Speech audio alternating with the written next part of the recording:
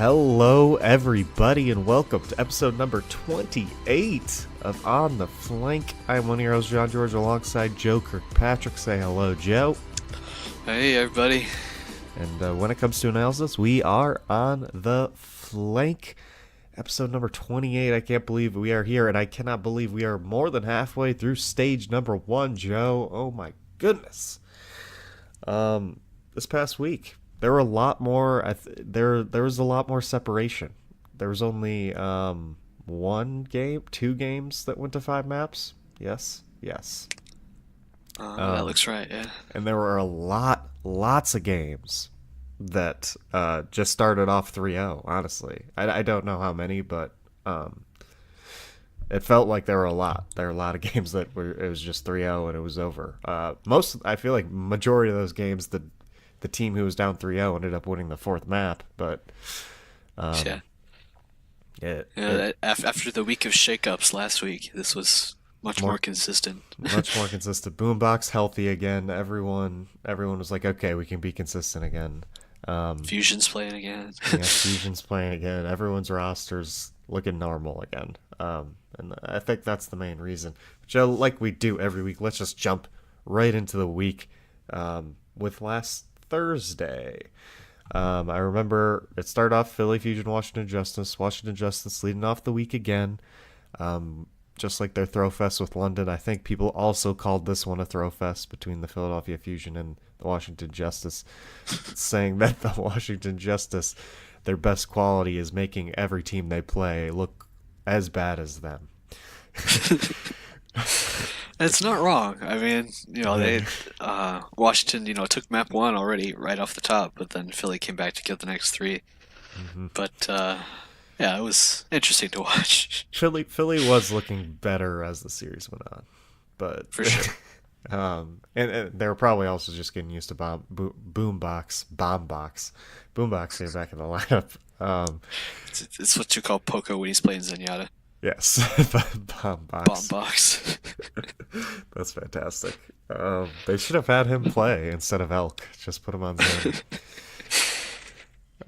But yeah, I don't want to get. I'm not going to read too much into this game. Philadelphia Fusion can play as bad as they want as long as they win. Pretty much. Yeah. Boston Uprising, Seoul Dynasty. What people would consider a huge upset here. Boston Uprising winning 3-1 with the return of Fusions looking like a way better lineup than they did against Shanghai. Seoul looking lost, looking like they were playing the Dallas Fuel again. Their pace is. I think they're confused about what pace they want to play. Do they want to be aggressive? Do they not? I think they do want to be aggressive. Specifically, Fissure does. But in this game, I think they were very confused about it.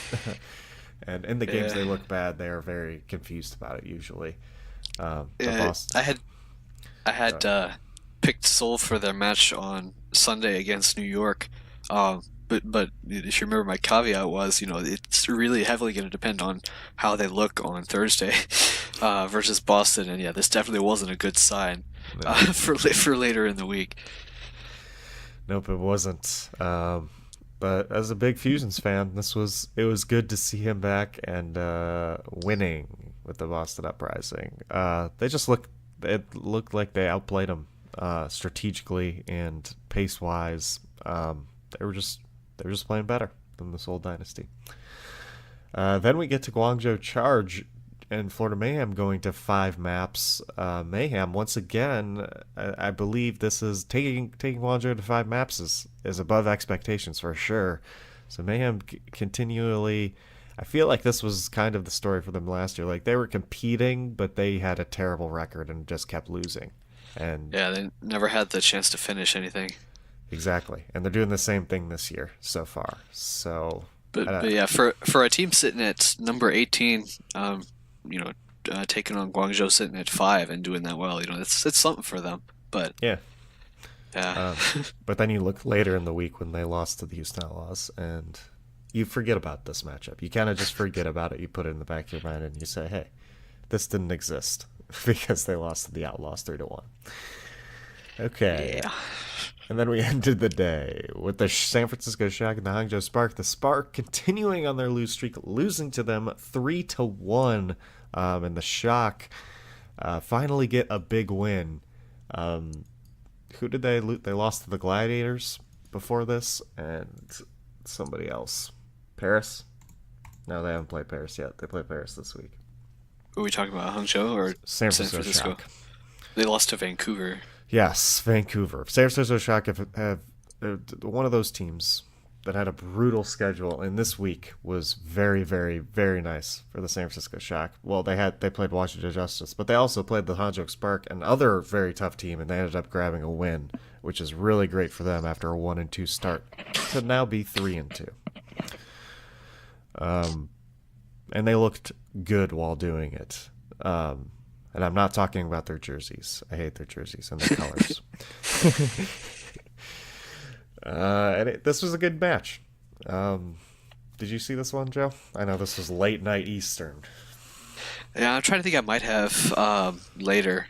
It's hard to tell, but yeah, it's really solid showing up. I thought for some of the San Francisco, like particularly there, the Super Space Sinatra on the Ryan Diva's Aria lots of times. So it was really good. Yeah. I don't know. It still felt like a struggling Spark team while watching this for sure, but the Shock looked impressive.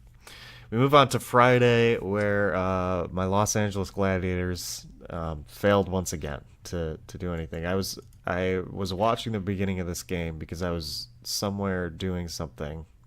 Was I at work? No, I wasn't at work. I don't know what I was. Oh, I was at the doctor's office. I was at the doctor's office, just pulled it up on my phone, and then the doctor called me in. But it was like after Map 1 on Busan, which I believe the Gladiators won. London won that one. Really? 2-1. Well, yeah. They were, or no, the very first point of Busan is what I mean. Okay. Which is yeah, I'm surprised. I'm also surprised they won 2-1 because the first point of Busan, I was like, the Gladiators look so much better than the Spitfire. They might 4-0 this one, and they didn't. So that that didn't happen, but it was still very close. The Gladiators looking. I mean, they're facing super hard teams, and it's so frustrating. That they're 1-4, but they have to win some of these. You know, Joe, they have to win some of these. It's true. Yeah, pulling up their schedule. They played Seoul and San Francisco and Paris and London and Hangzhou. Now, going into week 4, they're playing Atlanta, which is also shown to be a really really good team. Mm-hmm. Yeah, it's gonna be rough for them. But stage 2 is looking a little brighter, so that'll be good. Yeah, yep. Hopefully that'll help until like the meta switches and everyone they play in that stage is like God tier again. And then it's just their luck. But I just wanted to point out Decay and Roar. I don't think they've been living up to expectations. I've been doing a little stats compiling here on the Overwatch League website, seeing where people rank in the league. And Decay and Roar death-wise have not been doing well. Decay at a 5.11 average per 10 minutes on deaths, which is 101st in the league.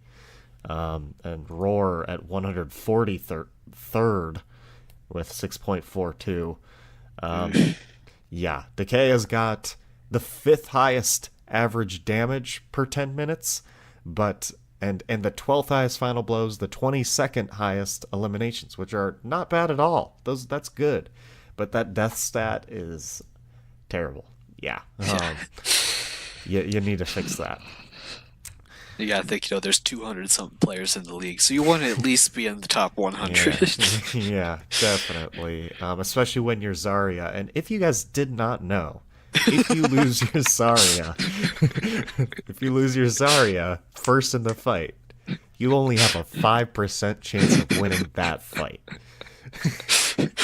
I thought a couple days ago that we needed to try to work that into the show somehow. And I did. And then I forgot until just now. But yeah, Zarya is important, everybody. Yeah. Just FYI. Just if they didn't know. I hope that someone posted it on the subreddit like as a joke. I hope like the casters started just like piling it on every single game like on purpose now. As a Well, they joke. practically did. Yeah, basically. It didn't seem like it was a joke though to me. They need to feed him some new stat Yeah, this yeah. week. Yeah. Did you know 100% of the time Azaria dies in the first fight, the caster mentions the stat that when Azaria dies in the first fight, the team only wins 5% of the time. So many stats. We move on to the NYXL once again looking dominant against the Toronto Defiant, which is even more impressive after the Toronto Defiant looked impressive against Boston later in the week. This NYXL squad is pretty good, Joe. Would you agree? Yeah, it's like we said last week. Surprised New York is doing well. But yeah, I mean, I think that's basically what it is, though. They're still, well, no, not the only undefeated team, but they're the only 6-0 team. Currently sitting here. They've got one more match in the next 2 weeks. Looking really good to go into this stage. Yes. NYXL. They might be the second team ever to do a perfect stage, which isn't as impressive as Boston's, because Boston's was 10-0 and they had to play everybody else in the league. It's true. Besides They're one team. playing Shock this week and then a bye in week 5 Yes. So for New NYXL, York. they got a hard game left. It could be a loss, but we'll get into that later. Vancouver Titans then proceeded to 3-1 Los Angeles Valiant, and it started off with a 3-0. They full held on Horizon, full held the Los Angeles Valiant on defense, and to end, I believe I would like to call it a dominant map there. And the Valiant continue their woes. They would later get eliminated from stage playoff contention later in the week here. But the Vancouver Titans also looking dominant. They're in second at 4-0, right behind the New York Excelsior. And I think these teams want to play each other. I think they want to play each other pretty bad. For sure. I think didn't we say it's not like until stage 4 though that Yeah. they finally do that. If they could, this could be the stage championship though, Joe. That's true. We could see that in the stage playoffs somewhere. That would be interesting. That's something that we didn't see in season 1. Is that if you get a stage playoffs where, like, the first time that they've played each other, that stage was in the finals or in the semifinals or something. Exactly, because everyone had to play each other before. Yeah, that would be interesting. Yeah, that's the greatness of having a smaller schedule and having. I mean, last year seeing everybody play each other 4 times gets real tired by the end. It gets real exhausting by the end because it's like, oh, we've seen this before. But that's the beauty. And you only see Pacific and Atlantic teams play each other once throughout the season, and then maybe, possibly, in the playoffs, stage playoffs. So we'll see what happens. Then the Shanghai Dragons, they're streaking, Joe. They're win streaking. After It's this true. one, 4 All the way up to 2. 4-0 against the Chengdu Hunters. The 2-game win streak, the first ever in the history. But they're looking better each week after this game is what I had to say. And I mean, to talk about the Chengdu Hunters strategy, Joe, it's kind of getting old, right? Yeah, I was gonna say it's consistent. Was gonna be my response, but yeah, that you got to think eventually these teams are gonna be prepared for it. You're not gonna find the success you found, game 1 versus Guangzhou. Which is that their only win? No, they're 2-2. Yeah. So they beat, yeah. I They forget beat who, but Florida. they beat I somebody think. else. They beat Florida. There you go. But yeah, eventually, you're right. It's gonna get old if it isn't already, and you gotta come up with something else. A main tank still with no playtime on Winston at all this stage. It's gonna be an issue. Yeah. I believe it's Ji Ren is the one that's still in China, I think, which is the problem.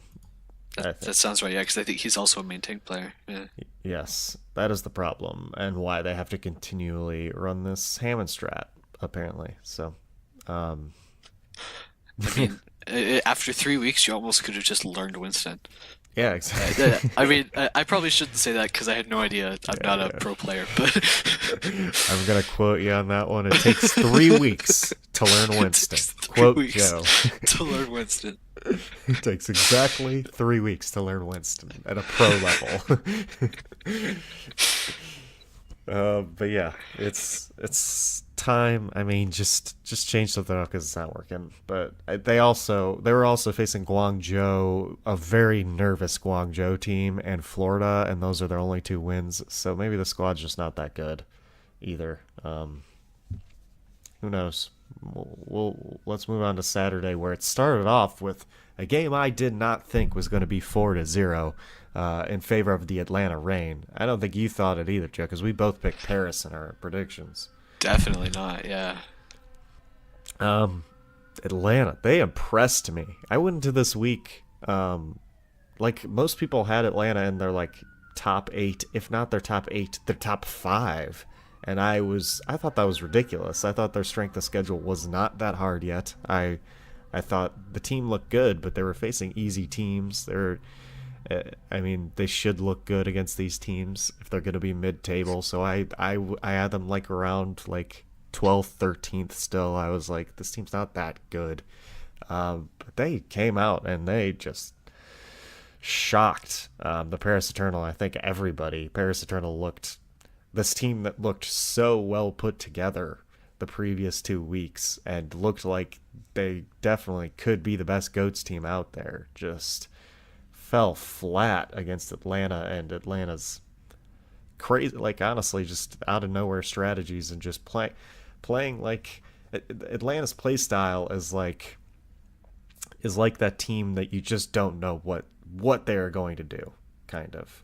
And that's their best strength, is like they don't do things like other teams normally do. So that's what shocks them. What do you think Atlanta Reign could pull out a win against NYXL, Vancouver Titans? Do you think they could compete with the top, Joe, after this one?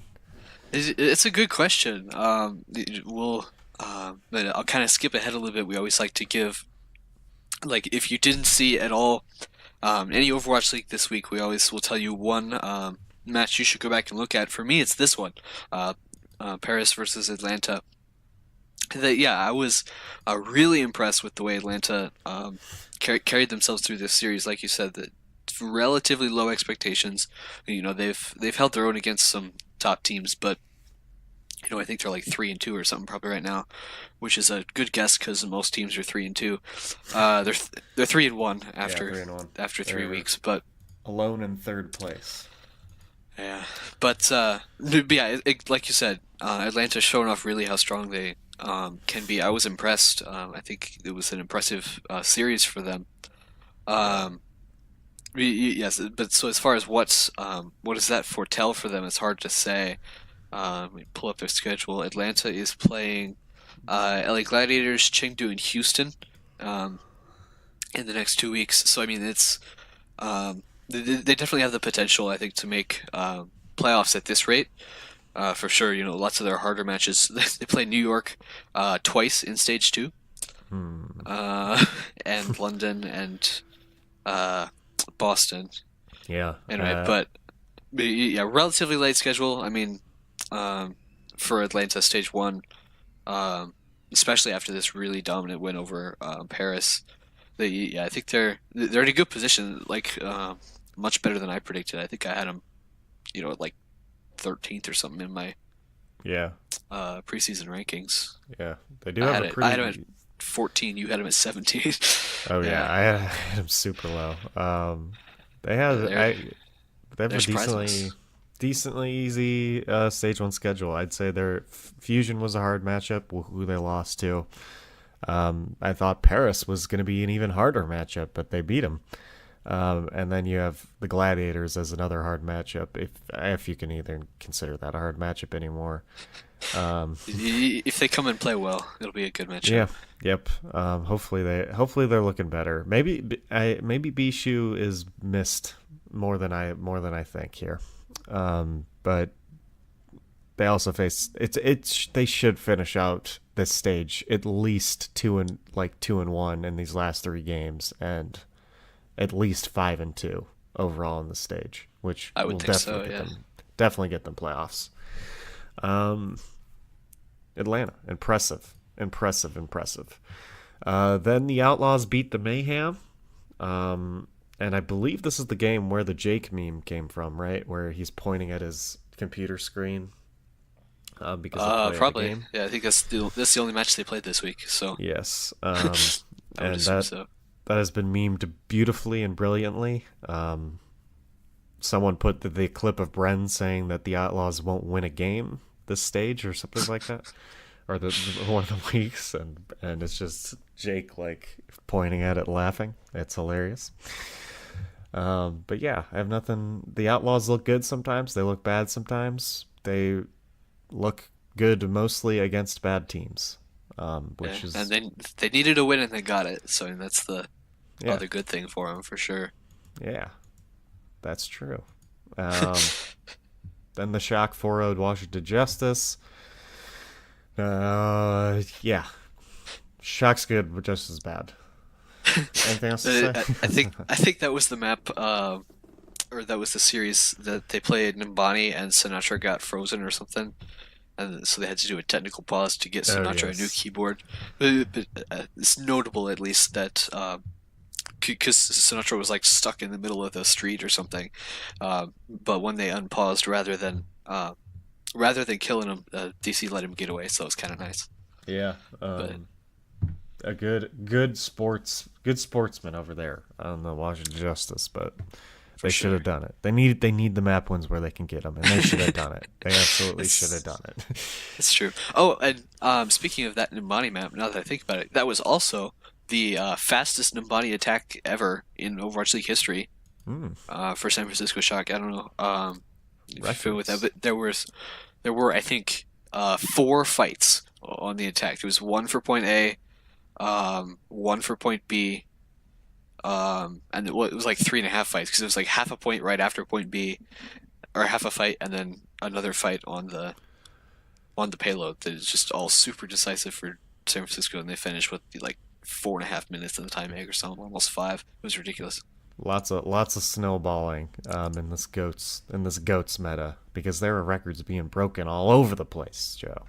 It's true. Then we move on to Joe's game to rewatch was Atlanta Reign Paris Eternal. Mine was the Shanghai Dragons Dallas Fuel, which was a very, very close game, and I think we both expected it to be going in. Shanghai For sure. couldn't pull it off in the end. Well, I mean, they could have, but Didn't pull it off in the end. And one of the reasons why was a terribly embarrassing C9 on Dorado. they were up 2 maps to 1. Yeah. And then they just left the cart in overtime. They said, we don't want to be on the cart. We want to fight. And it wasn't even close too, because like as I recall, like the fight was going on up near point B, or maybe there just had been a fight or something, but there was like nothing going on in the payload. Yeah. But it was just Young Jin on Brigida just decides to leave. Yeah. Like, ooh, there's a fight. I want to go. Yeah, it was But not yeah, pretty. not pretty. And then they proceeded to get 2-0'd on Nepal. I mean, you can't come back. You can't win a point on Nepal after you just C9'd like that. Like, people are calling it the worst C9 in history. Like, it was. If you've seen on Reddit the clips of Achilles and Wolf going back and looking at it, or Sideshow going back and looking at it, it's not good. It's just ridiculous. Most C9s like are debatable as whether or not they're C9s, but this one was clearly a C9. Clearly. And then we had Sunday, the day of 3-1s apparently. Every single game, 3-1. Boston Uprising, Toronto Defiant. Boston did not look like how they did against Seoul Dynasty, but the Toronto Defiant looked very, very good. Specifically, Ivy on Zarya was dominating. Apparently, his stats this game were insane, even though I don't know how I could see those personally. But according to the people who have those stats, those individual game stats, they could tell me that Ivy's Zarya stats were insane this game. And it's something about Neko, an old Boston Uprising player. It's something about these old Boston Uprising players that the new Boston Uprising team can't figure out. It's a secret password or something that shuts them down. Shuts them all down. Shuts down Huck as a general manager. Yeah. Yeah, Toronto looks nice when they look nice, which so far has been against, Houston, LA Valiant, and Boston now. All three of those teams, not the best teams, but it's true. But still, they look dominant in those matches, which is good for them. Which I could see mid-table here for Toronto Defiant. I think they are the definition of mid-table. It's probably true. Yes. Hangzhou Spark, Los Angeles Gladiators. I was out there for my boys. I was like, this is it. The Spark have looked terrible the last 3 games. You gotta win this game. And the Gladiators said, no, we do not have to win this game. And the Spark said, we don't look terrible. We're actually good again. Suddenly. Yes, suddenly we have decided against your team, John, that we're good. It was a rough week overall for all of my teams across Overwatch League, across League of Legends. Echo Fox had a very depressing week in League of Legends. It was just a rough weekend for me and my teams. I felt sad. But it was a close match again. It was a close match again, Joe, right? That's all I can say. Is that a redeeming factor enough for me as a Gladiator fan? It was a close match again. Yeah, it's up to you, I guess. But yeah, really defensive focused on Route 66, only 1 point to 0, but that's how it goes sometimes. I don't know. Yeah, we'll talk about a defensive match here in a bit. But we get into now 2 matches that we picked different teams for, Joe. This was the difference maker in our weekly predictions. If you don't remember our weekly predictions, we post them on Twitter, what teams exactly we picked in our records. Going into this week, me and you were tied, right, Joe? We both had like 5 out of 8. Yeah, both had 5. And we made we made the same picks we both picked Paris to beat Atlanta. We both picked Gladiators to beat London. We both lost both of those matches.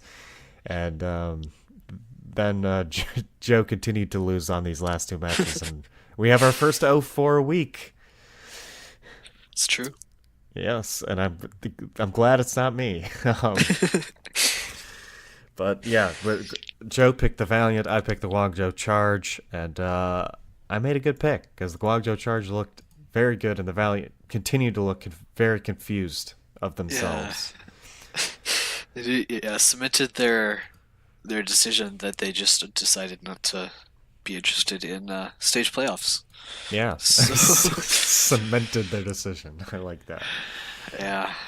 But if you haven't seen King's Row, go watch King's Row. If you're going to watch any of this game, go watch King's Row because Los Angeles Valiant broke the record for quickest King's Row ever. And then the Guangzhou Charge said, we'll beat your record by an entire minute. Like, that was just ridiculous. That was both super fast King's Row attacks. And then after Guangzhou's attack, the Valiant just were not going to win this one. Charge looking great again. Last week I talked about it. I do think this is one of the top teams. I really do. When they're on 3-2 against Vancouver. They took them to 5 maps. This is a good team. And then New York Seoul. You picked Seoul, Joe. Which you regretted after the Boston game. Yeah, it was another similar situation to this LA Guangzhou match in that I said LA just I think is going to end up wanting this more, same sort of thing with Seoul. I think they had, I thought they had the potential, but yeah, coming out of their first match of the week was not looking good. Um, not looking good for Seoul, and the scoreline reflects that. Yes, and speaking of defensive maps, every single one of these was pretty defensive. They didn't take like any points on on Numbani or Volskaya, which is ridiculous, especially on Volskaya, which is a super offensive map. Numbani, super offensive map, and both these teams are just playing very stellar defense. Uh, and that new body map was insane. It was insane how, because both New York on their defense, both New York and Seoul like lost fights on defense. So you'd think offense takes the point there. They lost a fight, but both teams just came back on defense and won the next fight at a disadvantage to full hold. And it was especially exciting for Seoul, who defended second. So it was like, New York's got this. No one ever full holes on Numbani. And then Seoul Dynasty's like, we full hole on Numbani. We also do. So yeah, this was a closer match than the scoreline says, for sure. Until we got to Dorado, where New York won that one 3-0. Seoul kind of gave up there. Joe, are you worried about the Seoul team? Is this rust? Where is this team going? That's a good question. I'm pulling up their schedule to see what I can glean from that. But yeah, Seoul's interesting because they've got, clearly they've got the talent here. Um, in the individuals, looks like this week they're playing Washington, so hopefully that'll be a win they definitely need. And then they're playing London on in week 5 on Saturday. So those will be that'll be obviously much closer, but London definitely proven that they are A fallible good team. at this stage. Also a good team, but also fallible, I think is fair to say. Um, yeah, I don't know. I think Seoul's 2-3 right now. Obviously, with a win over Justice, they can be 3-3, and then it's possible. I think definitely possible for them to finish with a positive record. It's just a matter of I mean, which Seoul and which London shows up in Yeah. week 5 probably. Oh yeah. I think people just want. They're doing. Seoul's got a nice record here. They're still in contention. I mean, it's not that big of an implosion here. They just lost to the best team in the league. So, It's true. um, the loss to Boston's a little more concerning, but the New York loss I don't think is that big of a deal. But they do. I mean, it's Seoul. They're supposed to be one of the top teams because it's Seoul. It's the only Korean team, the only team that is based in a Korean city. So that there's high expectations on them. Maybe a bit too high of expectations from the Korean fans, specifically on that forum website where people are threatening to starve these players. But I think so. I think Seoul picked up players this week, didn't they? They did. Yeah. Yes, which we'll talk DPS about on a later. flex something. Yes, but yeah, we'll talk about that later. And we have to give out our MVPs of the week, Joe. Do you want to start, or do I? I think I should start because we just talked about the New York Excelsior, who I had to give MVP to someone on NYXL because they're once again dominant, and we haven't been giving them too much credit because they've been playing some bad teams, but they have a really good team. And I'm going to give it to Nene specifically just because looking at his stats, he is top 5 in damage per 10 minutes, final blows per 10 minutes, eliminations per 10 minutes, and deaths per 10 minutes. Which, if you look at other people's stats, you can see people like in the top 5 for maybe eliminations, but then for final blows and damage, they're not. This is super consistent to be in the top 5 in your 4 important stats. Healing is not an important stat for Nene. But it's crazy to see this man's stats. This is his first year in the league. and he is looking very good on that Zarya. Very, very good on that Zarya. I can't wait to see him on maybe a DPS hero, if you've ever heard of DPS heroes. He might be good at them. Maybe. It's hard to tell. Yeah. MVP. Who's your MVP, Joe? Yeah, so mine is also related to the my highlight match that I picked, which of course was Atlanta versus Paris. And so coming off of that, again, Atlanta really dominant, really showing off what they're capable of. So I'm going to pick Masa, actually the support player from Atlanta, is going to be my MVP this week. Just really, really nice Lucio all the way through that series. Whether it was enabling the Reddit grav on Hollywood or lots of boops. I'm pretty sure they played Ilios that series for their control map. Just really showing off what he can do. Which, Lucio, not so much a healer in this meta, but really supporting the tanks and supporting the team. And Masa is definitely important for this squad. Yeah, send up some great boops to start the fight. That's what it's all about for some of these Lucio players, and Masa's great at it. I agree with you there on that pick. Not too many people would pick him as the MVP that game, but I would agree with you. I think the talent did for that game. Oh yeah, as I recall. Yeah. Good. I think the majority of people would pick Defran because they're fanboys. Defran boys. Defragman, by the way, fantastic nickname for the duo of Dogman and Defran. Interesting. Dogman is amazing. I love Dogman. Been following him since he was back in Contenders, and I mean his play's not that great, but it's amazing how much trash talk this man I was just about to say his trash talk though. It's kind of ridiculous. Standings, me and Joe. I mean, we'll talk about. So let's just. There's a little bit of a weird thing in here we'll talk about, but let's just go over sort of where everyone is. Most teams are 3-2. Lots of 3-2s or 2-3s, but you have some undefeated teams like New York XL at 6-0. Up at the top, you have the Titans at 4-0, Atlanta Reign at 3-1, and then you get into the 3-2ers. After third place, you got the Shock, the Charge, the Fusion, the Defiant, the Spitfire, the Fuel, all at 3-2. And then Sparks at 3-3. They've already played 6 games. I think them and NYXL are the only teams to play 6 games. Yes, sounds right. And then you have in the middle of them. This is where me and Joe are confused about. I think we mentioned it a little bit on some previous episodes, but where I don't understand this. Why Paris Eternals in front of Dallas Fuel? Why 3-2 and 2-1 are the same in their eyes? Yeah, this is for those of you who don't know, this is the standings tab just at OverwatchLeague.com, giving you the stage rankings. But yeah, they're the way they're ranking it, they're not doing by number of wins. They're not ranking by number of losses. They're not ranking by map differential.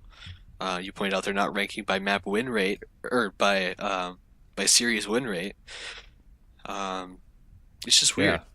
Yeah. And the one thing I can figure is that by the end of the stage, in theory, it will have worked itself out because everybody will have played the same amount of maps or the same amount of series. But in the meantime, it just looks really weird. Oh yeah. So you've got 6-0, 4-0 at the top, and then there's a 3-1 team, 3-2, 3-2, 3-2, 3-2, 3-2, 2-1, 3-2, 3-3. It's just weird. It makes sense for Paris to be. I mean, from my sports knowledge, Paris should be above all the 3-2s because most sports go by win percentage. And Paris has 66% win percentage, while all the 3-2 teams have 60. So Paris should technically be ahead of all of them. But if they were going by point system, which is what soccer does, which is basically for a win you get 2 points, they would be below And that's the way soccer does it because, much like the Overwatch League, a lot of the teams aren't caught up to each other on matches played. So they do the point system to say, hey, this team hasn't played as many games, so we're not going to reward them as much as the other teams. But I don't know what system they're doing here, where it doesn't make sense to me. Like, it seems like like it doesn't seem stats based to me. It's just like 2-1's the same as 3-2. That's just their decision. Like, that's just what they've decided is what it feels like, which is weird. Weird, definitely. Maybe it is. Maybe it is a stat. Who knows? Maybe it's an algorithm, something. I don't know. Okay, let's. Whew, what a week. Let's move on to PTR patch with an insane amount of buffs and nerfs, and we finally get so many changes. Oh my goodness, Joe, I feel bad for you as the patch man for how many changes you have to go into here. It'll be good. It'll be good. And so I'll preface this saying, personally, I really hope this is all in for stage 2. They've got, I think, 3 or 4 weeks before that happens. So I think it's definitely possible. We'll just have to see exactly what they think about all this. Maybe they'll pull like they did Season 1, Stage 4, I think, or Stage 3 of last year, where they put where they played on the new patch, but they didn't. They just banned Brigitte. I feel like they may do that.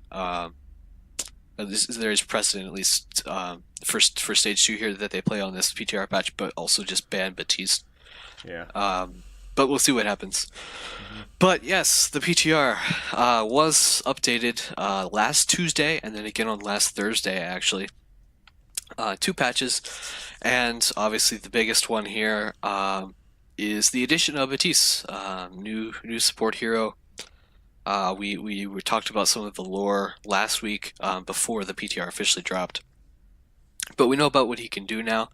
That he has both the left click gun that damages enemies and the right click sort of grenade launcher thing that'll heal your allies. The biotic launcher. So that's what it calls. That's what it calls that. Regenerative burst, which is his left shift, which basically feels like Inspire, except you can manually trigger it. Is basically what is what I'm getting from that, because it's it's just a buff that you place on yourself and your allies. It's your only way that Baptiste can heal himself, actually, which is notable. Not like Ana with her bio nade that can heal herself that way. Exo Boot's passive, that if you hold down crouch, you can sort of charge up a giant jump, which is kind of cool. Whether it's going to be relevant or not, we'll have to see. But definitely the mobility is good.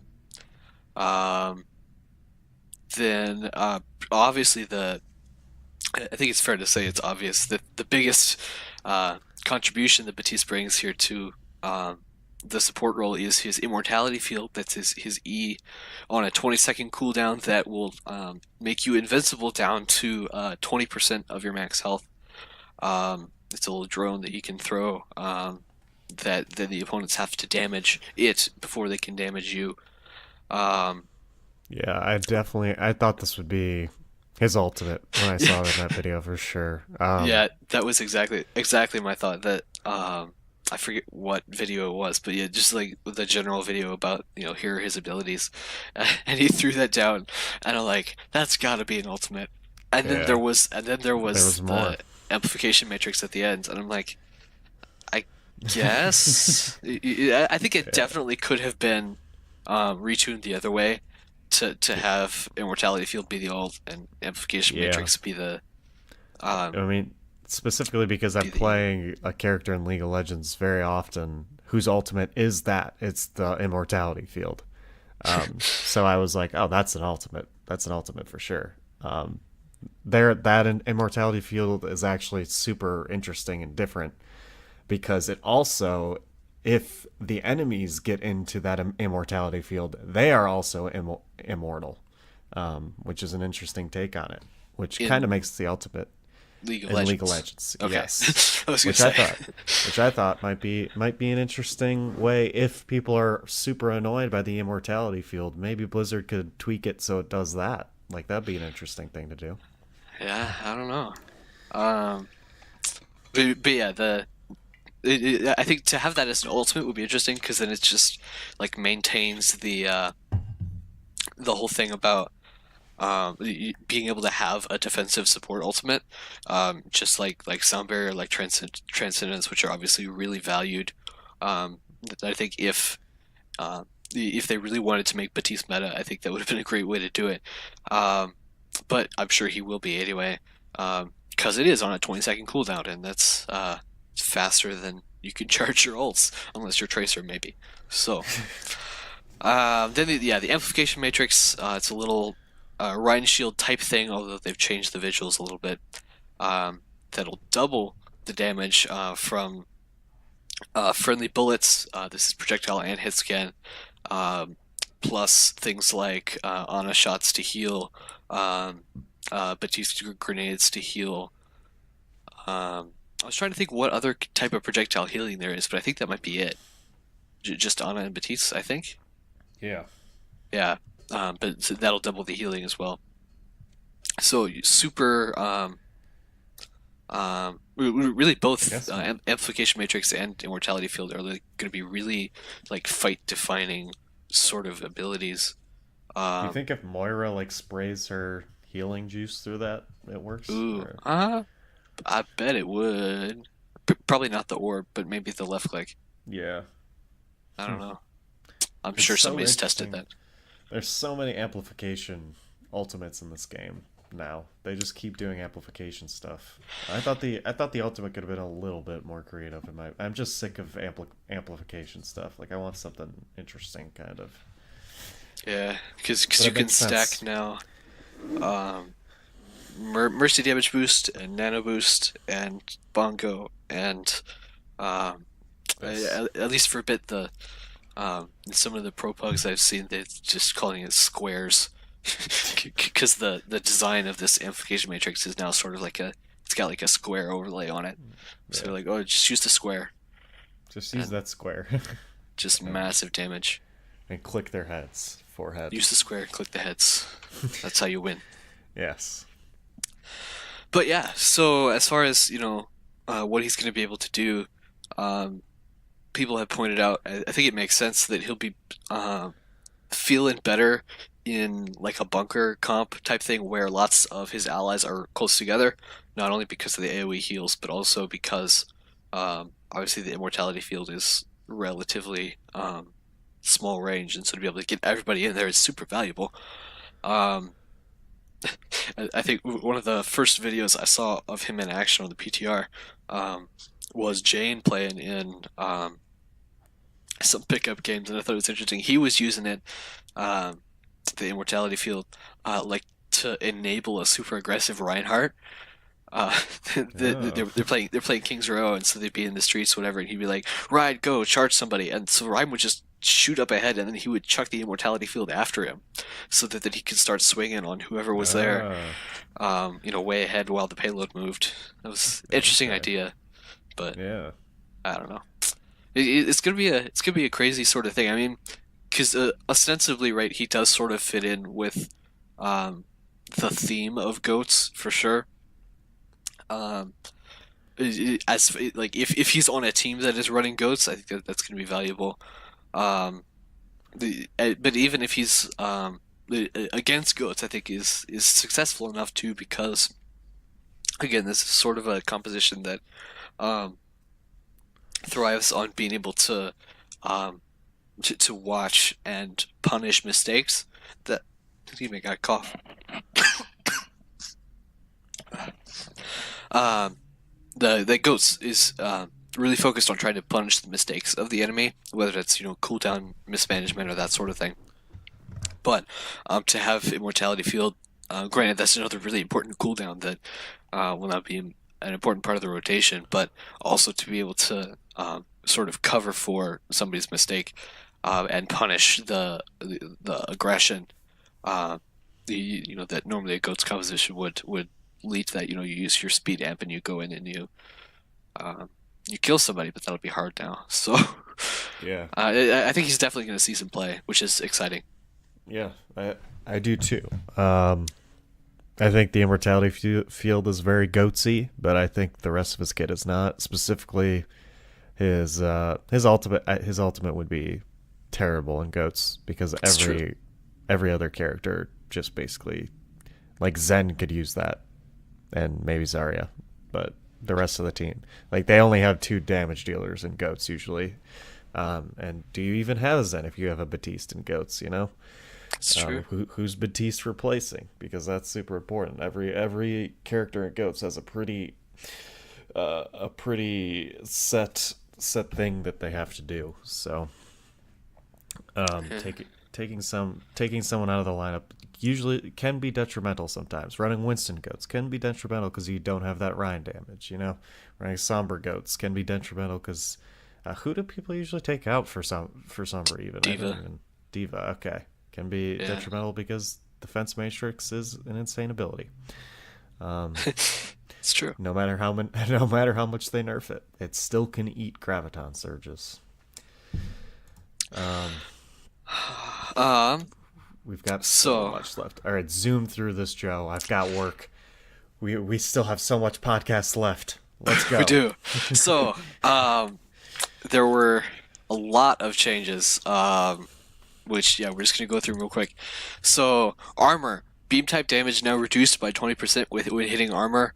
I can think of Symmetra, Zarya, Winston, Mei, um, probably somebody else, but those who I can think of that now is that armor's gotten a buff against, which is interesting. Also, damage over time effects are no longer mitigated by armor. This is Widow's Venom Mine, Ash's Dynamite, um, maybe it's probably not Torbjorn's Molten Core because his whole gimmick was being good against armor. Um, but so a little change to how armor works there. Slight buff to um, Venom Mine, I guess, and Dynamite for how powerful those are already. Damage boosts are now applied when a projectile is fired rather than when it hits a target. So it makes a lot more sense for characters like Mercy, who can right click as you're shooting rather than as the bullets are landing. Just makes things a little bit easier. This was introduced, I assume, to deal with some sort of logic in amplification matrix that they had to change the way that was thought of, because again, that also is a damage boost for projectiles. Um, Knockback, they reworked the way they did that. The way they described it, knockback distance is now more consistent. Heroes that are flying can now be knocked back and slowed. And essentially what that means is that whereas on the live patch currently, your knockback speed and direction and momentum and that sort of thing is affected by your movement speed and direction and momentum at the time the knockback was applied.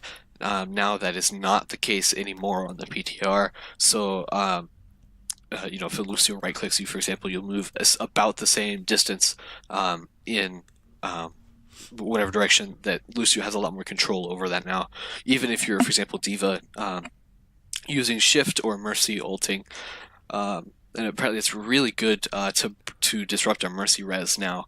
That any kind of CC and she just goes flying, which is sort of a shame for Mercy. A new sound plays when you land a hit while damage boosted. A new sound plays when you land a hit, but it doesn't do any damage. So damage boosted, obviously, whether it's Bongo or Nano Boost or Mercy Boost or Amplification Matrix. When you land a hit, but it doesn't do any damage, I assume this was primarily meant for Immortality Field, obviously. But I wonder, I haven't actually checked to see if it also plays that sound, like if you shoot Orion Shield, for example, and don't do any damage there. But a couple new sounds. Those are nice to hear, I guess. Nice to hear. So, heroes. We're just gonna keep speeding through here.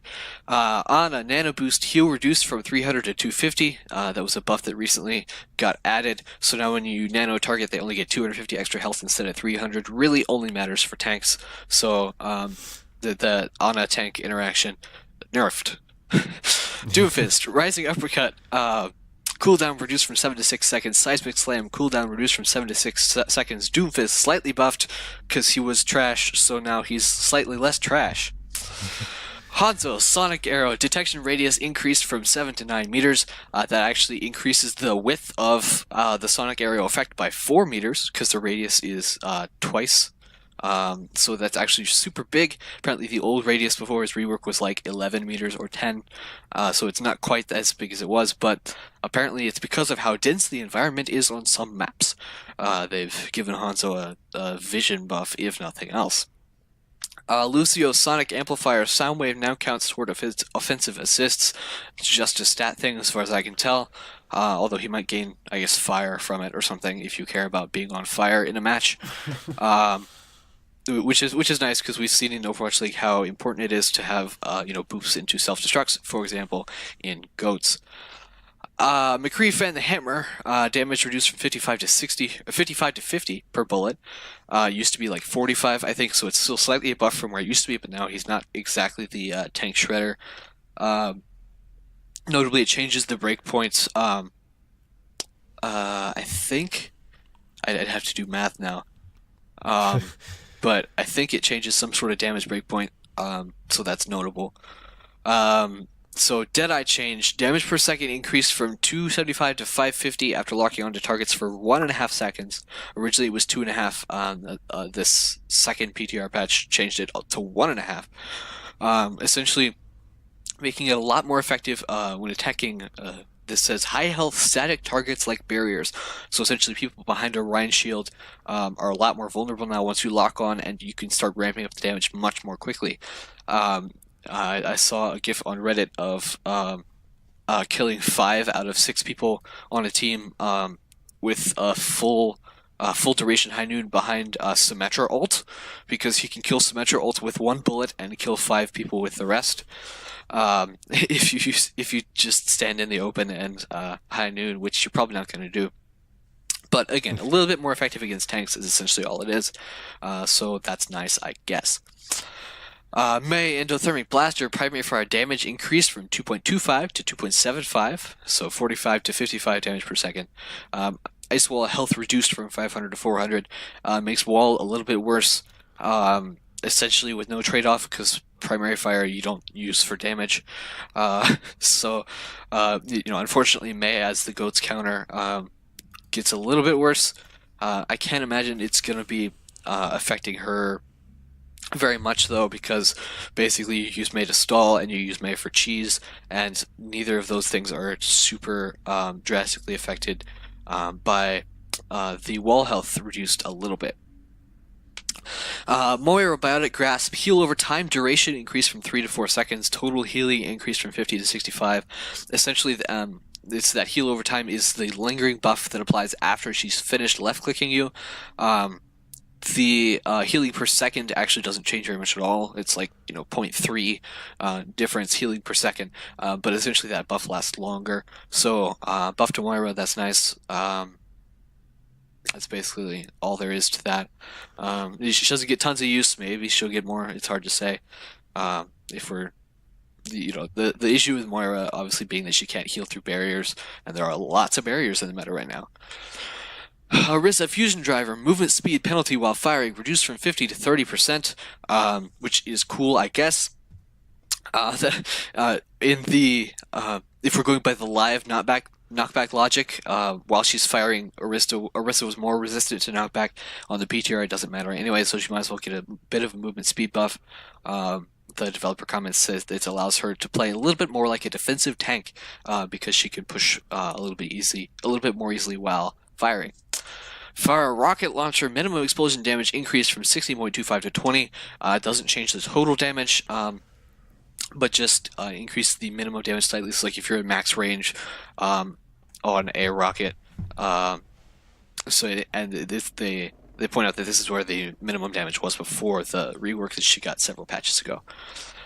Soldier 76, pulse rifle damage increased from 19 to 20. Sprint delayed before you can fire the weapon after using sprint reduced from 0.5 to 0.3 seconds. Tag Visor can now target Rift Tire and Immortality Field. Tag Visor is super good buff. That's something that he needed for sure. Um, the sprint change is more just quality of life than anything. Um, that I always thought that was something annoying about Soldier was that he couldn't sprint. For it looks like half a second after, or he couldn't shoot for it looks like half a second after he used sprint. Now it's only 0.3 seconds, so that's kind of nice, I guess.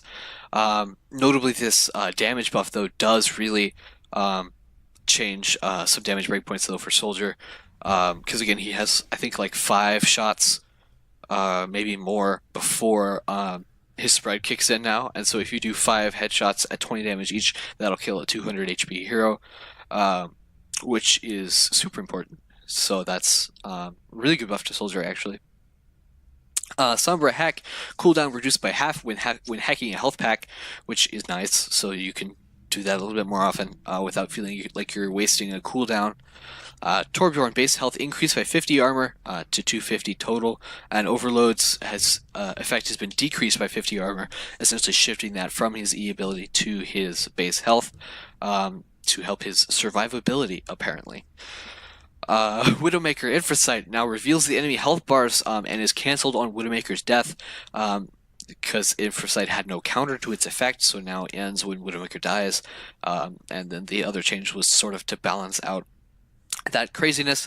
Wrecking Ball Adaptive Shield, huge for the hamster mains. Adaptive Shield will now no longer cancel roll mode, so you can pile drive in, press E, and then roll straight out without even having the chance to be locked in your normal hamster shooty form, which is certainly not ideal if you're in the middle of the team. And a bunch of bug fixes, and that was the first BTR patch last Tuesday. You got anything? I'll just say that I am very happy that they're doing a lot of changes instead of just a few. Like I feel like they need to just like the best way to make a change in the meta is by changing a lot of heroes at once. Well, guess what? You're in luck. Yes. Because the PTR was updated again on Thursday, February 28th, including some more changes. So Junkrat was buffed. Frag Launcher, to his left click impact damage increased from 40 to 60, so his total damage is now 140 max damage per grenade, up from 120. Just when you thought that Junkrat wasn't doing enough damage, now he is doing more. Lucio got a lot of changes. Amp It Up speed boost amplification reduced from 70 to 50%. And just normal speed boost effect has been reduced from 30 to 20%. That's huge. Obviously, that's a really big reason why Lucio is picked in GOATs, is for his speed, which has been which is now a lot less effective. Sonic Amplifier soundwave now comes toward offensive assist. That's the same. He also got a wall ride change where his speed buff increased from 20 to 40%. And this is, I believe I saw on Reddit, this is the speed while he is wall riding, and this isn't the speed that he gets when he jumps off of a wall, which actually hasn't changed.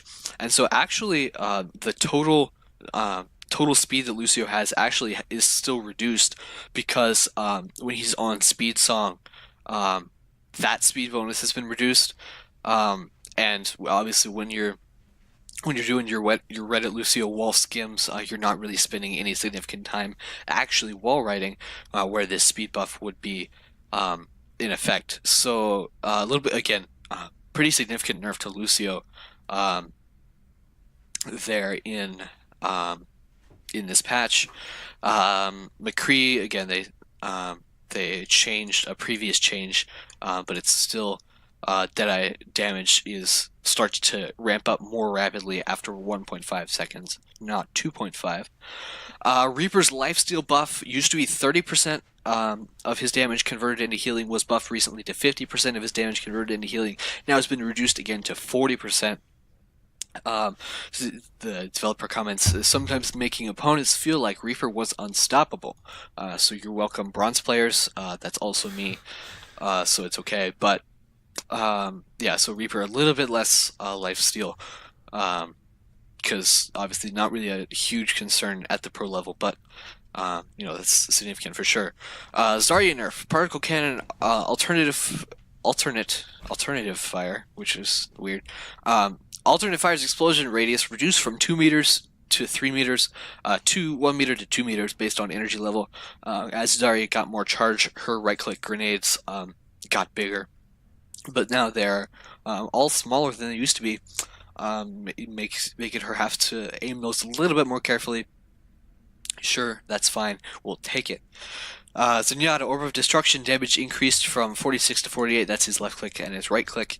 Orb of Discord effect reduced from 30% to 25%. What that means is that Zenyatta can do the same amount of damage to a discorded target, whether it's body shots or headshots, but his team will do less. So, making Discord in GOATs, essentially, or any other team focused composition, dive also to an extent less effective. And that's the Thursday patch. And then there was actually a patch on Friday, which had like Friday, March 1st, which had like 2 more changes. That was the visual change to Batiste's amplification matrix, to make it look a little bit less like a shield. And Symmetra got a buff that her primary fire damage now ramps up 20% faster, which is 20% faster than, I think, another 20% buff that she got since her rework. So again, huge changes to Symmetra. And again, if you're just left-clicking on a Ryan shield, not only are you getting ammo back, but you're charging up your left-click really quickly. So lots of patches, or lots of changes, lots of nerfs, and lots of buffs, patches. And lots of patches. It's true. And that's 1.34, so that's on the PTR right now. Hopefully they're playing it in Stage 2 Overwatch League. It's going to be really different. Based off what they said, that is the goal, is probably to play this in Stage 2. I mean, hopefully we see it, and it's really, there's so many changes. I couldn't even predict what is going to happen after this is released. So. Yeah. I think notably, Lucio got a pretty bad nerf. Zarya got a pretty decent nerf. Soldier got a really nice buff. The rest of it is sort of whatever, but yeah, there aren't too many like really big changes. They're all like nice small changes that could have a big impact because there's so many of them. Yeah, exactly.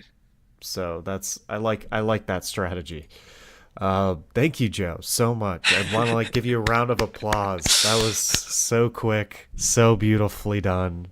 Good job, Joe.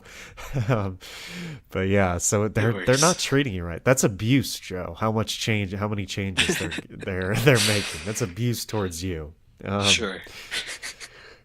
Yeah. But besides that was obviously the main news, the biggest news, and hopefully we see it Stage 2. We should see it Stage 2.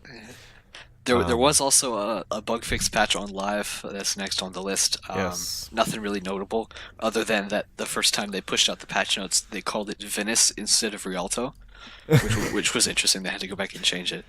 Yeah, they're like, ouch. Other than that, not much. Yeah. Nice. Besides that, Seoul added illicit and highly from why'd I close the link? Illicit's from Team Blossom, and highly is from O2 Blast, both Korean contenders teams, and this brings the Seoul Dynasty up to a 12-man roster now. They joined San Francisco Shock as the only 2 12-man rosters in the league. So this is interesting. I don't know anything about either of these players. Do you, Joe? Nope. I mean, other than Harley comes in now as the other flex support to Jaehong. Whether they're trying to give him a chance to have more freedom or what, it's hard to say, but that's notable. And then obviously Illicit joining the really strong DPS line, really, of Fleta and Munchkin and Fitz, and I feel like there was somebody else. I don't know. Munchkin, Fleta, Fitz, and Illicit. That's it. Yeah. But yeah, highly.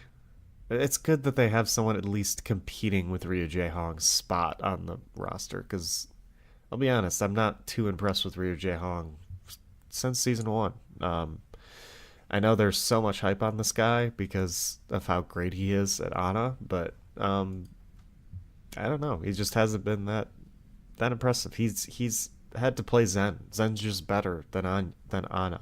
So I just don't think he's been as great as he used to be. So it's good that they have some competition in there because they didn't have a backup to him before.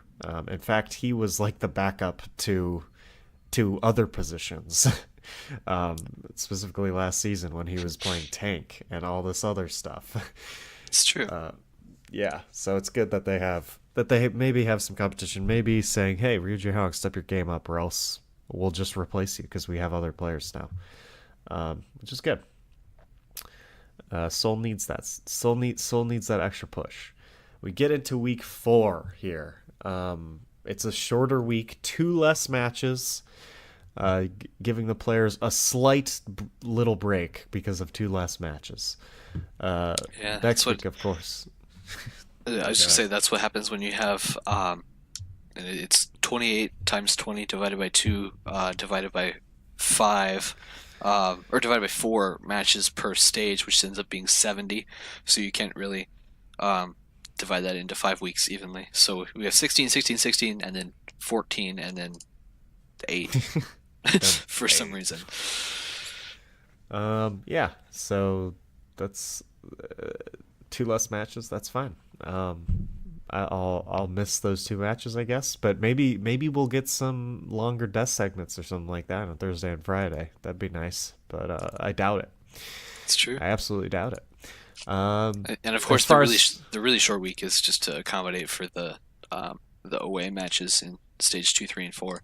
But there isn't one stage 1. So yeah, exactly. God, I'm excited for that. I forgot about those. I am excited for those. And now Atlanta's good, and they're hosting one. That's gonna be fun. it's true. Yeah, but storylines to watch. If you guys don't know, we predict 4 matches every week. But those are usually the main 4 matches we talk about. But sometimes there are some games that maybe we should highlight that we're not going to end up predicting. So we highlight them real quick. The first 2 are on Thursday. 2, once again, very tough games for the Los Angeles teams. The Gladiators go up against the Reign. And the Valiant go up against the Philadelphia Fusion. Extremely hard schedules for both of these teams. I cannot believe it. But they have to keep going. Will Valiant get their first win? Will Gladiators finally redeem themselves? I mean, I think that's a big storyline to look out for there on that Thursday. I think I would like them to because every game is played in LA, and I would like the crowd to continue to go to the games. Because if you don't know, in sports, when your team starts to stink, you kind of just say, I don't want to go anymore, or I don't want to watch anymore. So I would like the crowd to still go. But of course, you still have tons of people in LA that aren't from LA. For example, me, and basically everybody. So there are a lot of other fans besides LA fans. And then the other one, I didn't pick this as one of the games because both of these teams are involved in other games that I think deserved picking. But the Paris Eternal San Francisco Shock on Sunday, they are both going to be coming off of either really great wins or really upsetting losses against some great teams. So, and these 2 teams are supposedly really great teams. So we shall see how that matchup goes. But right now, Joe, I am beating you by 2 games. It's true. 7. I've won 7. 7. You've won 5. Let's get down to business here. We're picking every Friday game because Friday is that dang good. It's true. And there's only 3 of them that day. Yeah. They went 3 for 3 on the scheduling here. First game, Paris Eternal, Vancouver Titans. This is gonna be good. Paris coming off of a brutal 0-4 to Atlanta Reign. Vancouver Titans trying to stay up there with the NYXL and be undefeated this stage as well. They would love to do that. Joe, does Paris make a 180 turn here and beat the Vancouver Titans? Yeah, I think your first line there, I think, is the most important. That Paris coming off just a just destructive loss. That's not the right word, but they did not look good against Paris or against. Yeah, Atlanta. yeah. Yeah. Paris didn't look good against Paris. Against Atlanta. Um, yeah, and I think that's going to be an issue. Again, we've seen how strong Vancouver is now. They're starting to pick up the pace here at the end of this stage, like in terms of having matches. Um, but yeah, I've got to give the edge to Vancouver. I think here in this series, just because um, again how surprised we were by Paris this last week. Yeah. I like Atlanta's team, but Paris's schedule, they've only played 3 games still, but their schedule has looked maybe a little less like impressive than we thought. London definitely was not looking their normal selves at the beginning of the stage, and maybe still isn't fully their normal selves. The Gladiators are 1-4, and while they've played really hard teams, they haven't been performing that well either. And then Atlanta has had a very easy schedule still, and we really don't know if Paris is a part of that easy schedule or if they're actually hard, because Paris has also maybe had an easy schedule. Who knows? It's all over the place. But I'm going to go Vancouver here. And if it's a dominant match again, then I think we can say Paris was not as good as we thought they were, which is sad. But maybe, I don't know. It's once again a hard team. New York Excelsior, San Francisco Shock. So we both picked the Titans there, to clarify. Yeah. Both Titans. What if my strategy is pick the same team as you the rest of the season, so that I can't lose. Maintain the link.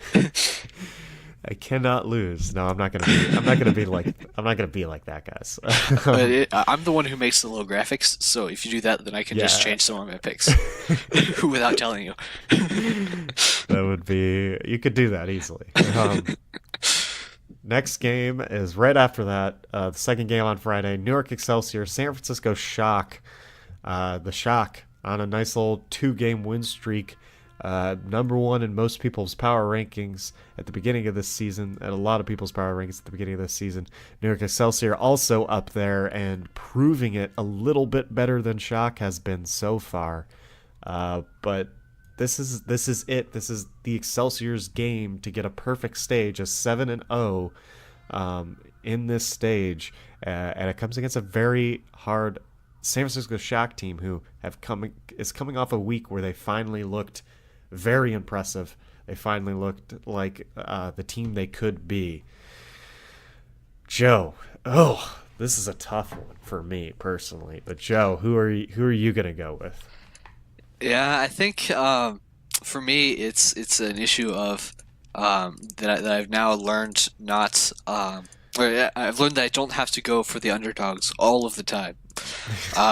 Because sometimes that's worked for me and sometimes it's not. But so I've got to pick New York. I think for this series, they've been looking really good this stage. I think it's just a matter of time. So when we could see Vancouver and New York in the playoffs, because I think it's going to happen. And yeah, I think they're gonna start it right here. All right. I'm going with the underdog this time, Joe. I'm picking the San Francisco Shock, and it's for it. Just they don't have their signature win yet, the Shock, and they look good, but they need a win to their name that's like, okay, these guys are real good. And I'm gonna go with this win against the New York Excelsior to get them over that. It's gonna be 5 maps. It's gonna be close, but I'm going Shock. We differentiate there, Joe. We split onto different paths, and we once again must root against each other. Well, not against each other, just against the players that are being paid a lot of Yes. money. Yes. And that's what I would love that's what I love to do every week. Uh, Dallas Fuel, Shanghai Dragons, a rematch right away. We deserve it. Shanghai, hopefully not a C9 this time. But did the Dragons redeem themselves? This was a super close match, and I don't know. This Dallas Fuel looked good. Shanghai looked good. Is it? I feel like in the second match, I feel like this is a series that should be split 1-1. I think these are pretty evenly matched teams. Do you think Shanghai does it though? Yes. So I think this one for me, I think was the hardest pick of the four. Um, yeah, it's really hard to say. Like you said that obviously Shanghai didn't it didn't go the way they wanted in this last series. Like I said, I think they definitely could have made it. It's just a mistake on Dorado is all that sent them to map five for all we know. But I think though to have the immediate rematch has got to be a little bit of an advantage for Dallas actually, just because I assume some of the maps are a little different, but some of them probably are the same. And to be able to have that really fresh experience, and then to be able to turn around and capitalize on that, I think is going to be valuable. I don't know. I feel like Dallas is going to be able to remember, if that's the right word, the weaknesses and the patterns of Shanghai and bring it back Does this this change next your week. mind? None of the maps are the same. That's a good question. Except Nepal. Uh, Except Nepal because they played map 5 there. oh yeah. Um, Hmm. We'll say no. We'll say no. It doesn't. okay. Okay.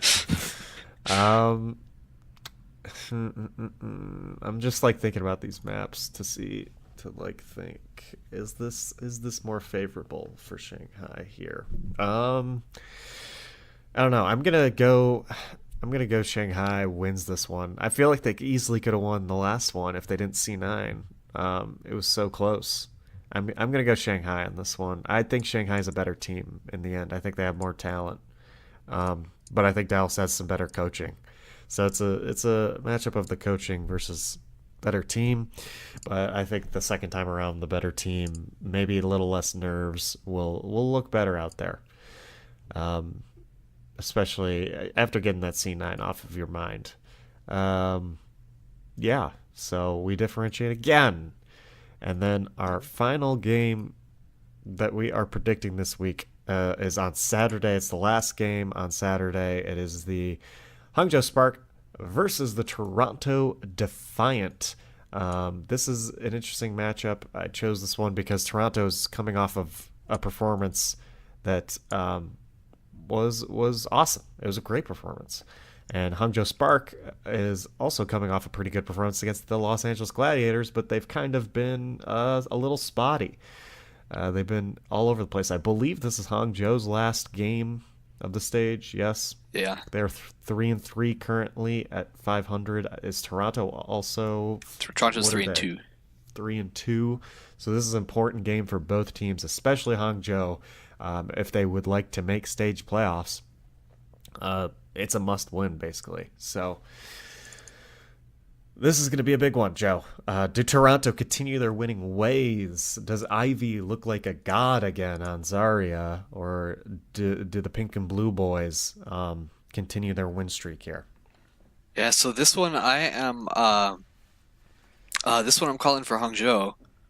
And I think part of that is because this is Hangzhou's only match this week. Part of it, like you said, that this is one that they absolutely need to win. Granted, both teams do, but and I do think overall they are the better team. Obviously we've seen weird things coming out from both squads. So, weird good and weird bad, but I think overall the edge here has got to go to Hangzhou. Yeah, I'm also going Hangzhou. I think it's going to be less of a must-win for Toronto after they beat Chengdu earlier in the week.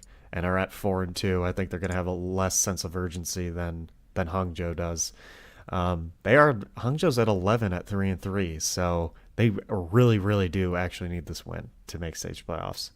And I think they will get it. It's their only, like you're saying, it's their only match of the week.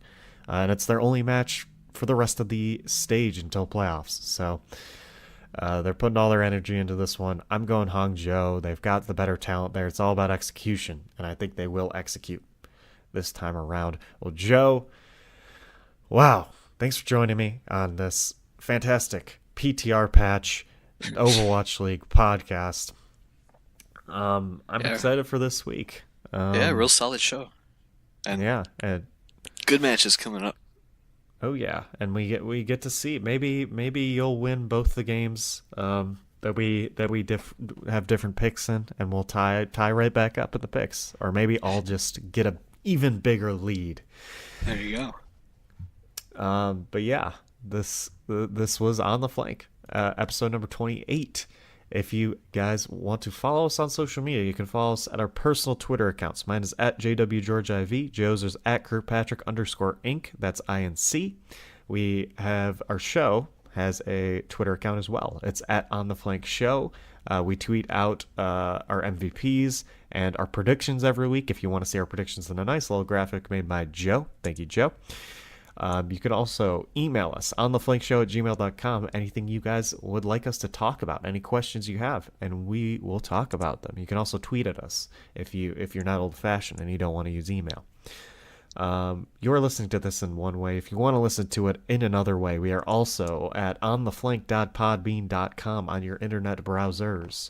We are on my YouTube channel, which is John George. The easiest way to find it is going on my Twitter account. If you're on an iPhone, you can use iTunes or Apple Podcasts. If you're on Android, you can use Spotify, Google Play to listen to us. Thank you guys for listening, and I hope your Stage 1 Week 4s are fantastic.